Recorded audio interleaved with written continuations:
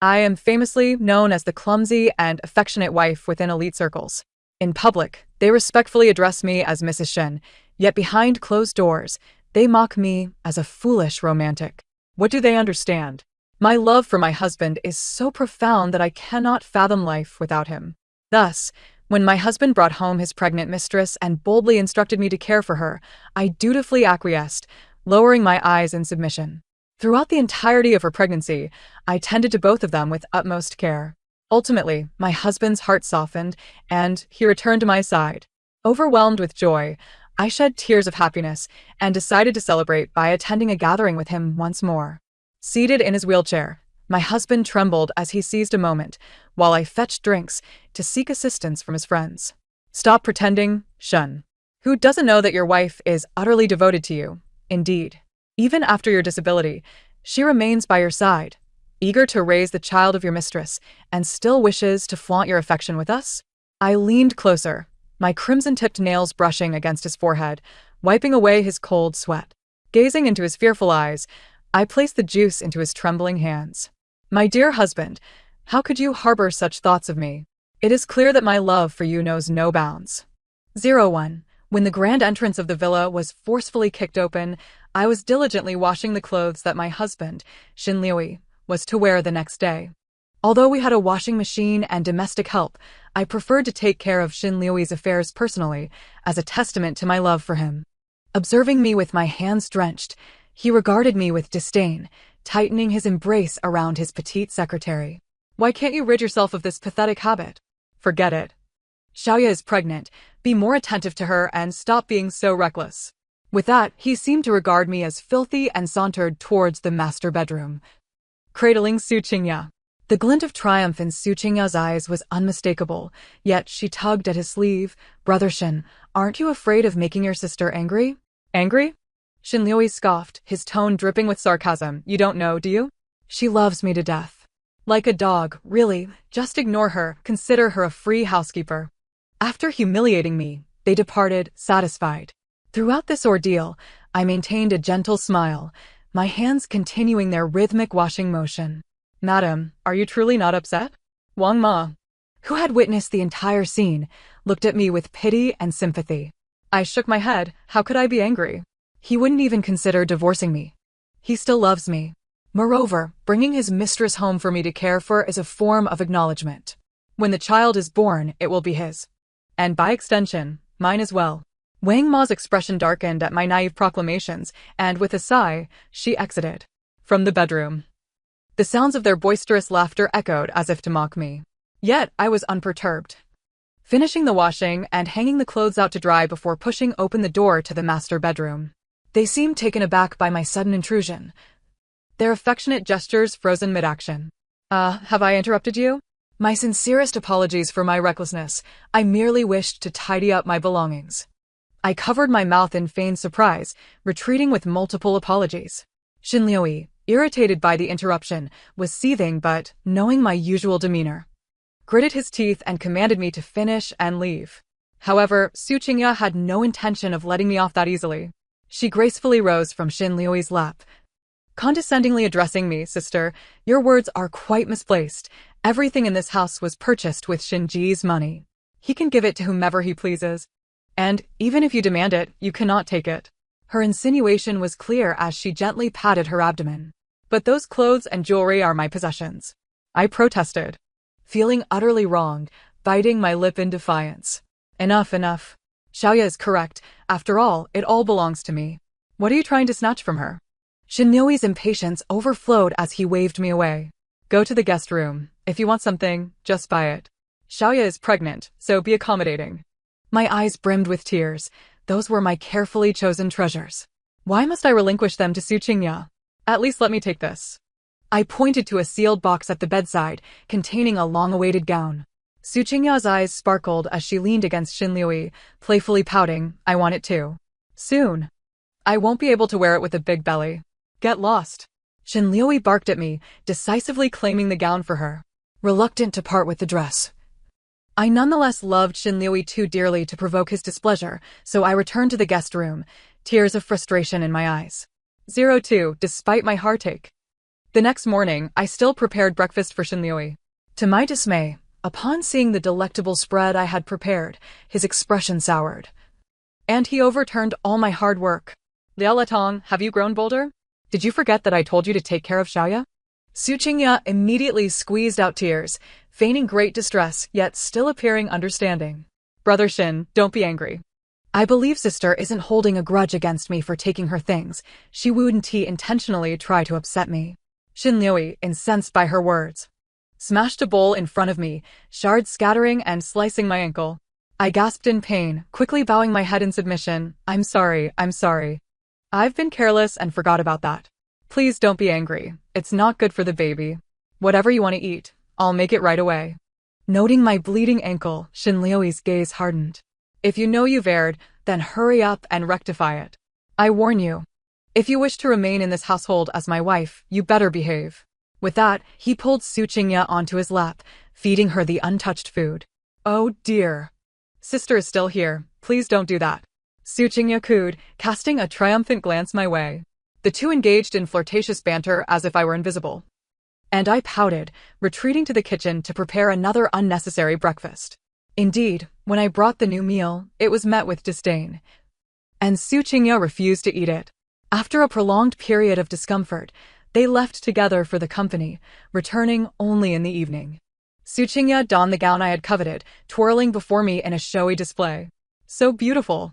That dress suits you perfectly. Giving it to someone else would be a waste. Shinliui's eyes sparkled with admiration, yet he couldn't resist mocking me. Xiaoya will accompany me to tonight's banquet. You stay home and don't embarrass me. Observing my simple home attire, he grimaced. TSK, some things are just innate. Your small-mindedness is hard to shake off. I nervously twisted the hem of my clothing, feeling wronged, but I am your wife. At my words, Shinliui grew even more agitated, raking his fingers through his hair. He glanced at Su Qingya, who appeared on the verge of tears due to my statement, and ultimately dismissed my plea. Enough, you've been to these events before. What is the harm in letting Xiaoya have her moment? Remember to prepare the hangover soup and her late-night snack. Stop wasting time. With his command, I had no choice but to acquiesce, though my spirit felt dismal. To compensate, Shinliui transferred a substantial sum into my account, assuaging his guilt before departing with Su Qingya. That evening at the gala, amidst the splendor and clinking of glasses, Shinliui listened to the praise from those around him about himself and his companion, yet he seemed somewhat distracted. Mr. Shin is fortunate, with a successful career and such a beautiful wife. One guest remarked, only to be quickly corrected by another, but Su Qingya chuckled. Oh, I'm not Brother Shin's wife. But I appreciate your kind words, perhaps that will change soon. Shinliui, however, reacted unusually, his expression darkening as he reprimanded her not to speak foolishly.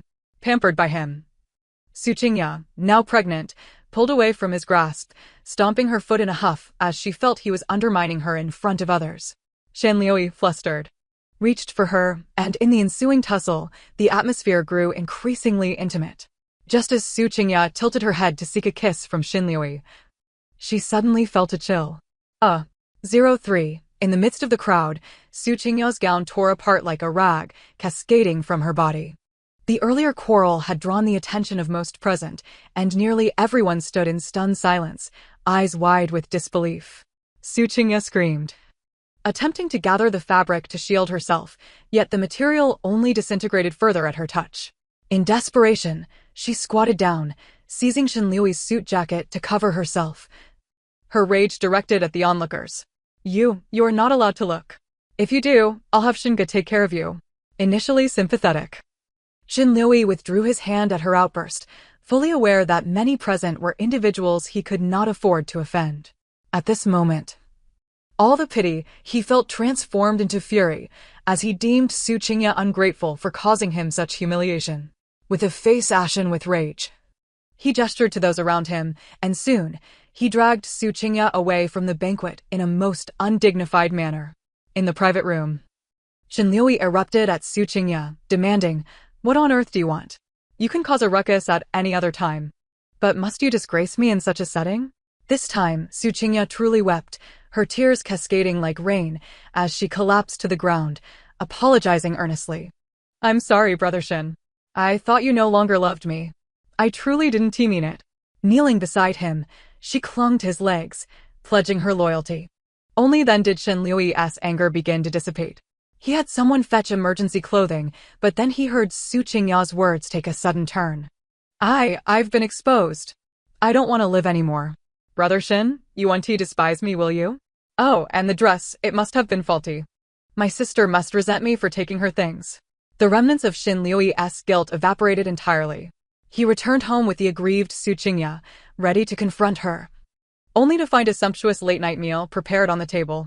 It was a spread he had instructed to be made for Su Qingya, rich in variety and flavor, accompanied by his hangover soup. I had been waiting for him, eventually falling asleep at the table, only to awake at the sound of his arrival. Darling, you're back?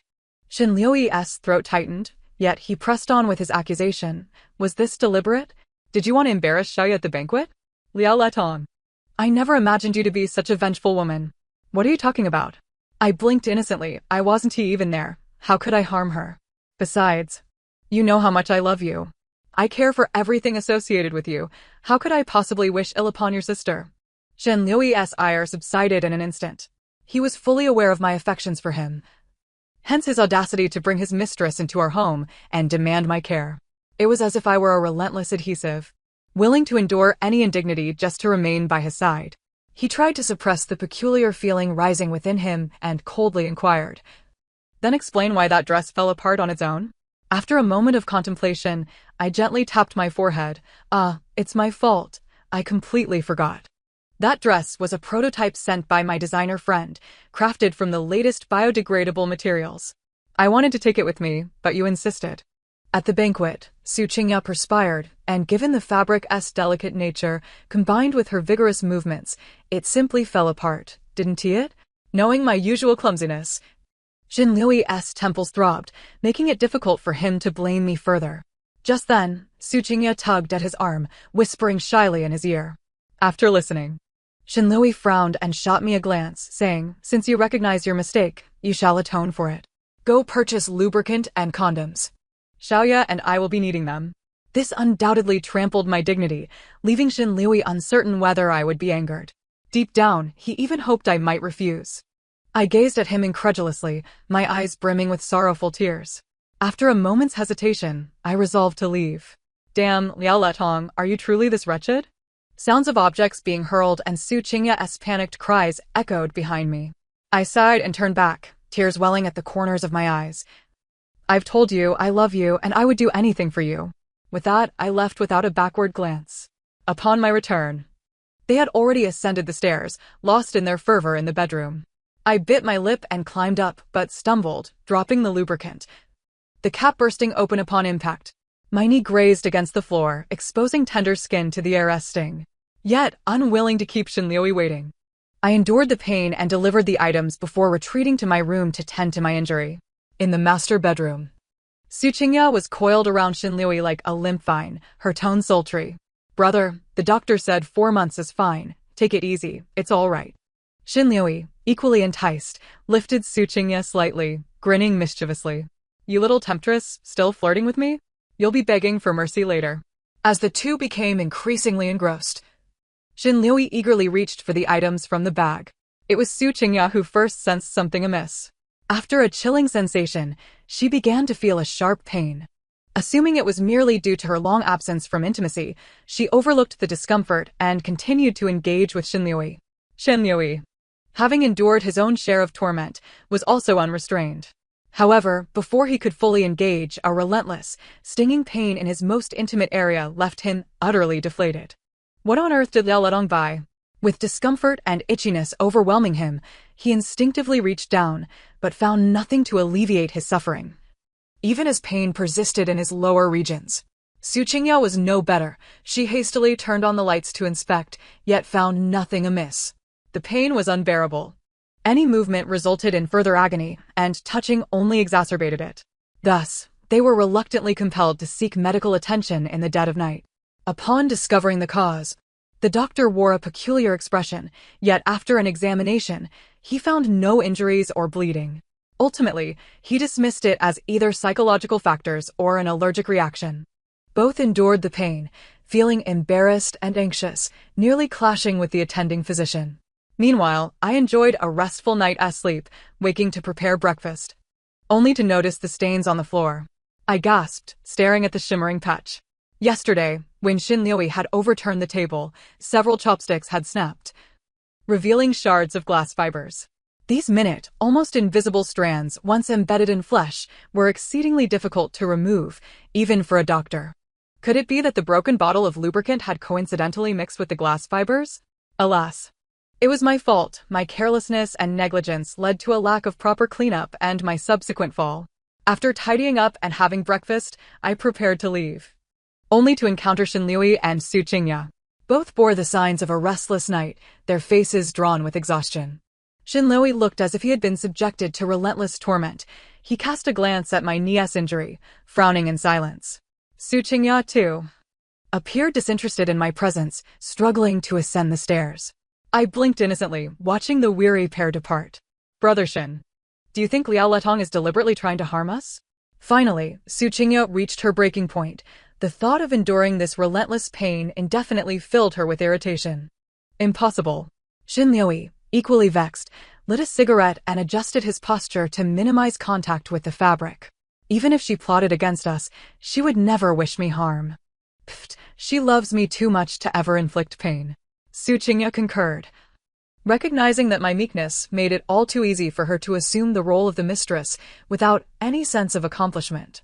She pouted, perhaps in a few days, the pain will subside. However, I don't want her serving me during this time. Thus, for the following month, they ceased their antics.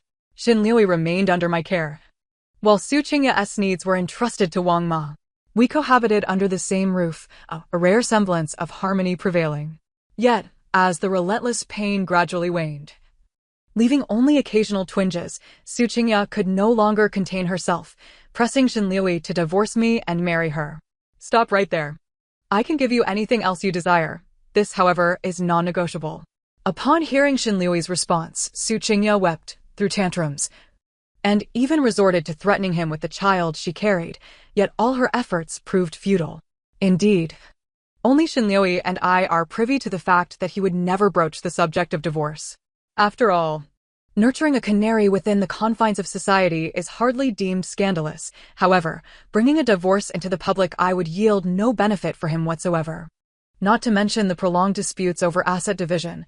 Our wedding was grand and lavish, and he reaped countless advantages from my family, a fact that is almost common knowledge. Furthermore, the news of my parents' dying wish being entrusted to him only adds to the weight of his reputation. Should he divorce me due to infidelity, his standing and stock prices would undoubtedly plummet. Thus, even if he could accompany Su Qingya to social gatherings, it would be confined to his circle and never exposed to the public. Lost in thought, Shin Liui found himself reflecting on the woman who had devoted herself to him unwaveringly through the years, treating him like a deity. And a twinge of guilt arose within him. Yet, this fleeting remorse dissipated quickly as Su Qingya, with her apologies and feigned innocence, distracted him from it.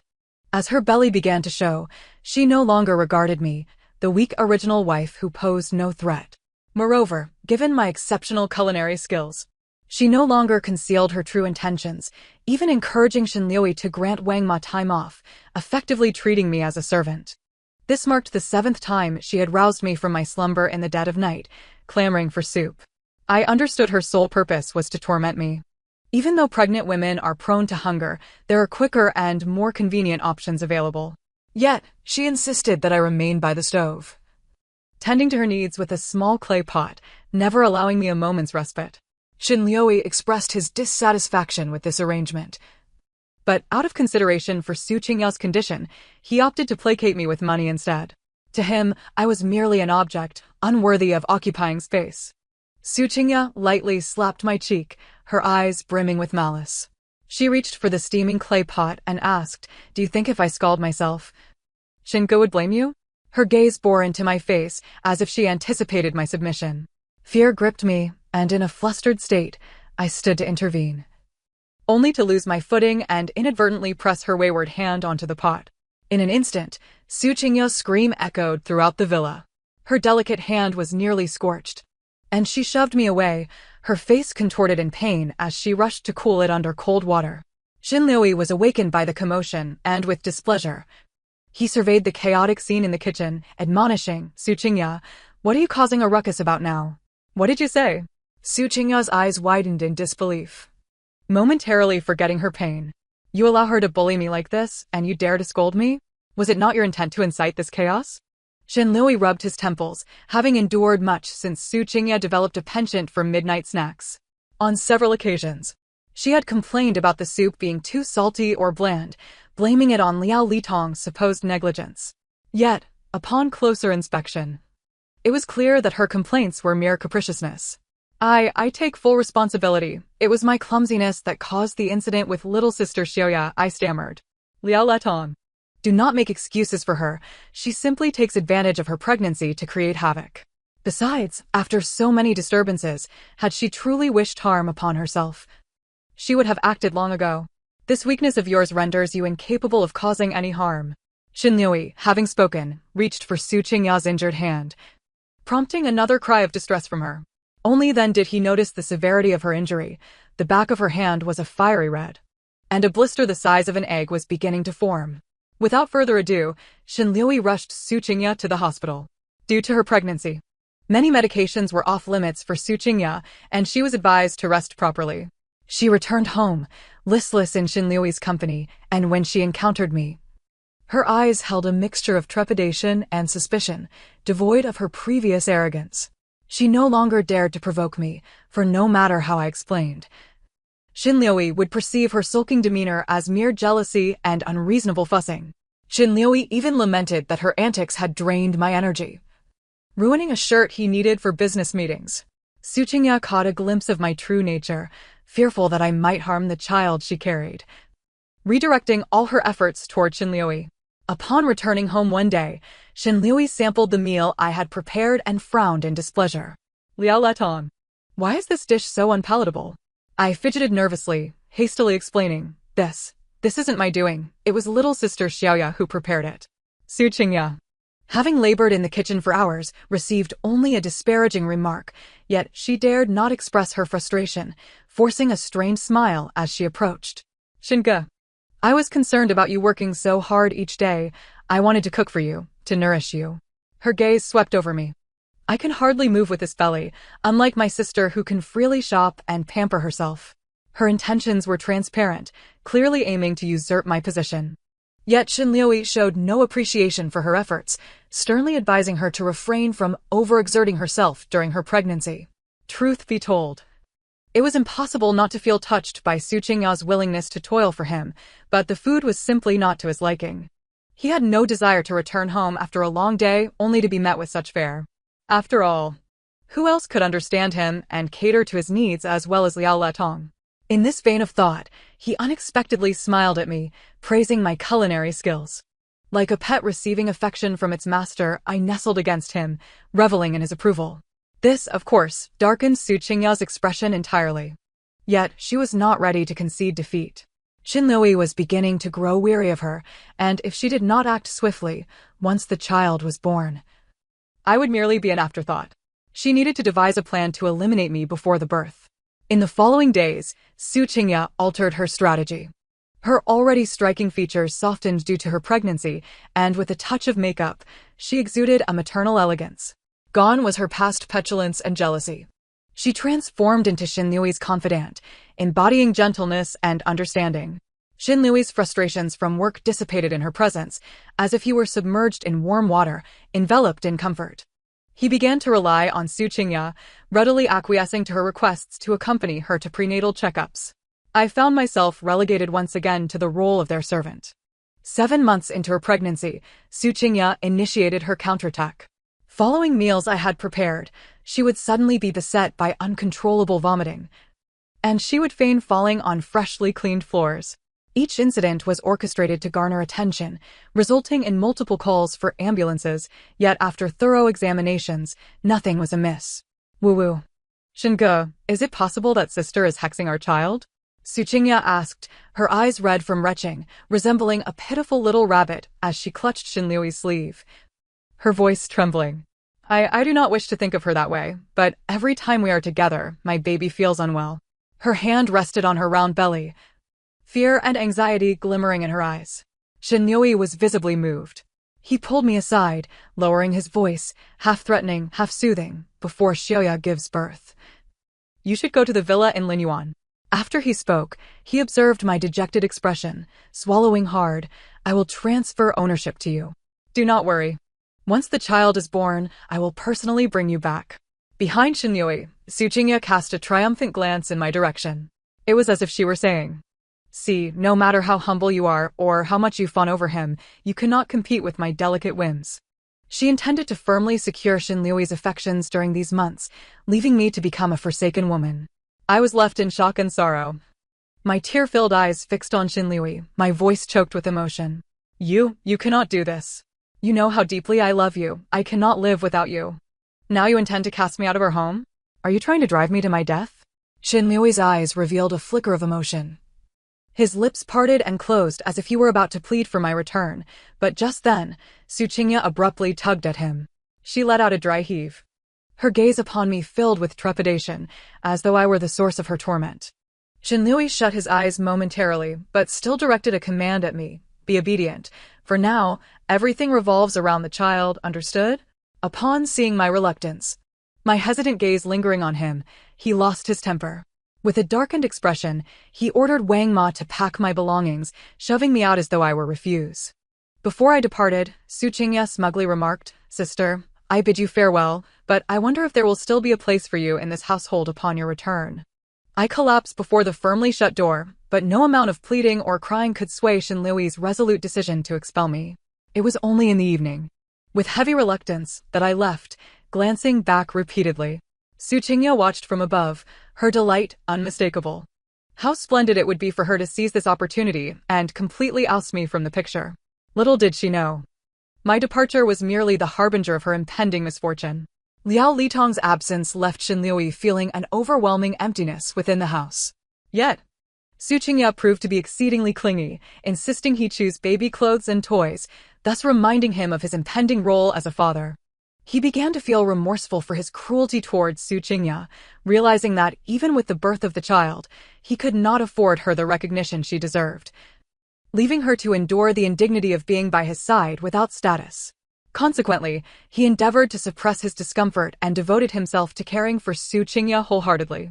Tsuchinya reveled in her newfound freedom, adopting the demeanor of a lady of the house, barking orders at the servants, and prematurely embracing the lifestyle of a wife.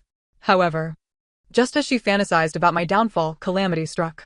A puddle of water caused her to tumble heavily to the ground, landing unceremoniously on her abdomen. Her piercing wails echoed throughout the villa as she faced an unfortunate fate. Despite immediate medical intervention, she not only failed to save the child's life, but also lost her own uterus. Upon awakening from surgery, the news shattered Tsuchinya's sanity.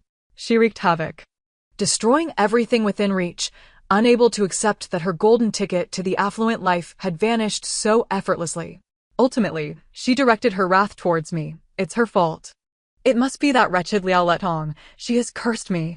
Though Shinryoi felt sorrow for her and for the child who had never drawn breath, he deemed her outburst absurd. You have already expelled her. Is that not enough? Stop this nonsense. Your priority now is to recuperate. Nonsense? Tsuchinya's bloodshot eyes glinted with a sinister mirth as she regarded Shinryoi. Who else would wish to harm me? That child was your flesh and blood. And you dare speak for that harlot? Grabbing a nearby cup, she hurled it at Shinryoi, who narrowly evaded it, sustaining a scratch on his forehead. Call the police. I demand justice. Why must my child die while that wretched woman still breathes? I want her uterus. As she raved, her hands clawed at the air, as if grasping for my very life. Shinryoi's temper flared. You've lost your mind. I assure you, this has nothing to do with Liao Letong. But despite his attempts to intervene, Tsuchinya reported me to the authorities, accusing me of intentional harm. At the police station, I wept profusely. I truly had no idea. Tsuchiya has already expelled me from her home. Why can't she let me be? I wouldn't dare return home. How could I possibly harm her? The officers, confronted with my alibi and the surveillance footage from the villa, could only shake their heads in pity at Tsuchinya's hysteria. She, in turn, lunged at me. Her fury unleashed, I refused to believe it.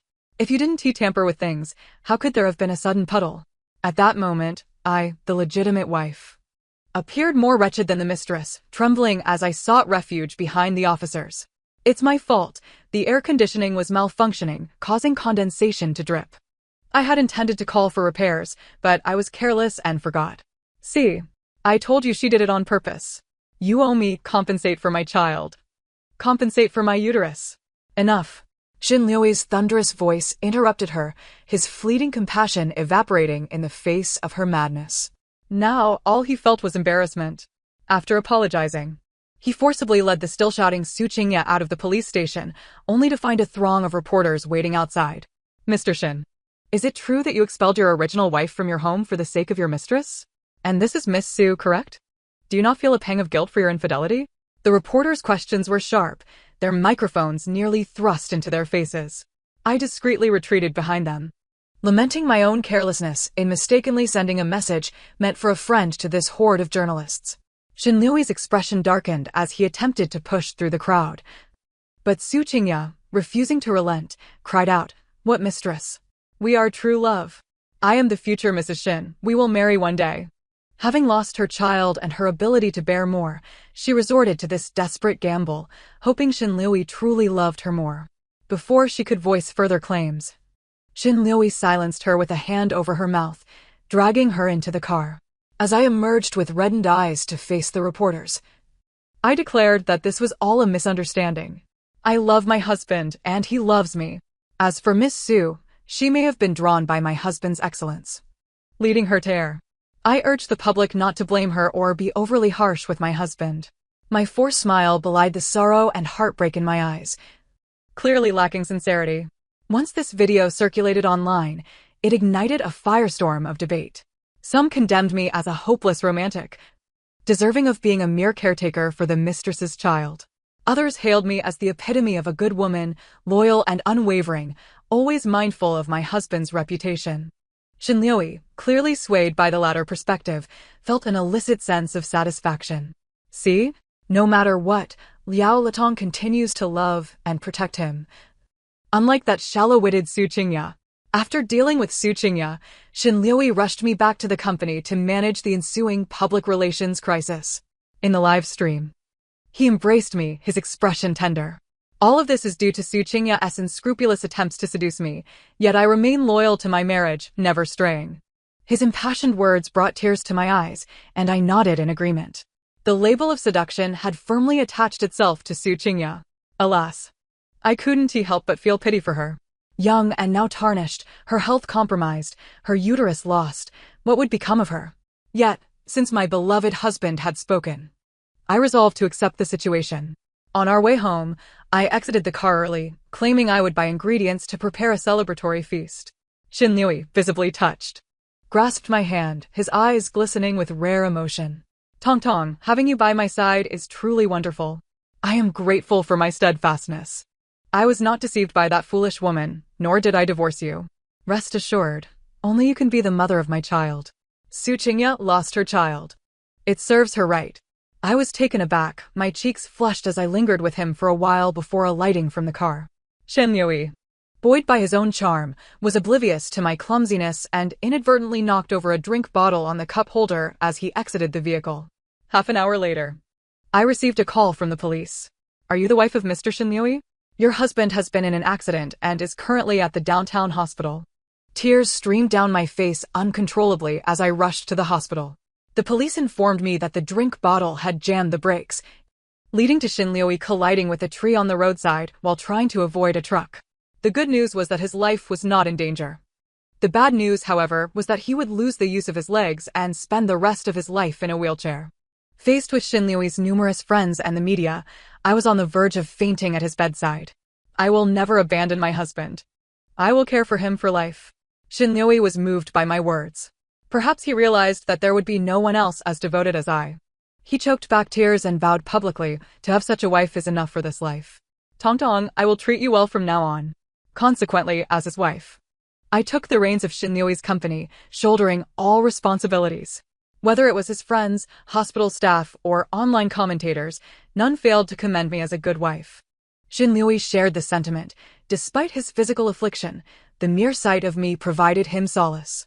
This illusion persisted until he was discharged from the hospital and I wheeled him back home. The villa was eerily empty. All the servants, including Wang Ma, had been dismissed by me. In the vast space, it was just the two of us, and Xin Liui felt a pang of anxiety. He turned to me with a conciliatory smile, only to be abruptly pushed by my clumsiness, causing him to tumble to the ground. He struggled to rise, wriggling like a helpless worm. Sighing, I couldn't help but shed tears. "Husband, it's all my fault. I was too careless." "No, you mustn't blame yourself," Xin Liui began. But I interrupted him. "It's my fault. With your condition, you can no longer have children." "What did you say?" Xin Liui exclaimed, incredulous. I wiped my tears and explained, "You know how clumsy I can be. While preparing nourishing soup for you, I accidentally added tuberculosis medication instead of the health tonic. The doctor said you cannot conceive now or ever." Upon hearing this, Xin Liui rolled his eyes and fainted. When he regained consciousness, he found himself in bed, humiliatingly without pants, wearing an adult diaper. "Husband, you can understand, right? I have to manage the company and cannot tend to you constantly. This is for the best." Though I spoke these words, my busy schedule often made me forget he was still in bed. Xin Liui was left to endure the indignity of sitting in his own waste daily. He attempted to lessen his humiliation by eating less, but to no avail. After all, I would always ensure he consumed 2 large bowls of soup before I left each day. This experience was deeply humiliating, shattering his pride. Despite having a phone to communicate with the outside world, he was too ashamed to seek help, unwilling to reveal his predicament. Gradually, he became aware of many realities, such as the bottle of lubricant laced with fiberglass and the presence of reporters. Yet, he found himself unable to detach from me. After all, who else would care for him so meticulously despite his disabilities? No one, for my love for him was profound. 2 months later, I had taken complete control of Xin Liui's company. After all, it had once been mine as well. With my contribution and my parents' initial funding, the company was rightfully mine. Unfortunately, in the 2nd year of our marriage, Xin Liui began to stray, gradually sidelining me from the company. After my parents' passing, he became even more unrestrained. However, given my love for him, how could I possibly leave him empty-handed and humiliated? Initially, I was a hysterical woman, arguing with Xin Liui daily, throwing things, driving him to the brink of exasperation. He coldly remarked, "Liao Le Tong, you need to understand your position. So, what if the startup capital came from your family? We founded this company together. If I wished, you would not see a single cent. Be obedient, and we can maintain our dignity. You can continue to live as my wealthy idol." Thus, I genuinely learned to comply. After all, I loved him, as long as he remained by my side. I could endure anything. As our wedding anniversary approached, I enlisted some reporters and marketing accounts to showcase our love, clumsily presenting him with an extravagant anniversary gift. From that moment on, it became widely known that half of Xin Liui's fortune was tied to me. He was frustrated and angry, but the loyalty of our relationship proved beneficial for company publicity, leaving him with no choice but to accept it.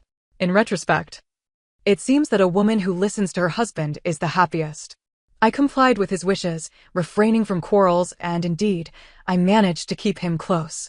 Now, with his legs disabled, Xin Liui had been stripped of his social standing. He had become entirely dependent on me, a mere dog begging for my affection. With such a state, he could hardly make waves, and I felt secure taking him to gatherings to flaunt our love. I heard his desperate pleas. Tossing my hair, I picked up a glass of mango juice, to which he was allergic, smiling as I handed it to him. "Husband, what nonsense are you talking? I love you so much, how could I harm you?" Xin Liui, trembling, forced a smile as he stared at the juice, afraid to drink. "Go on, drink," I urged. "Husband, don't you love me?"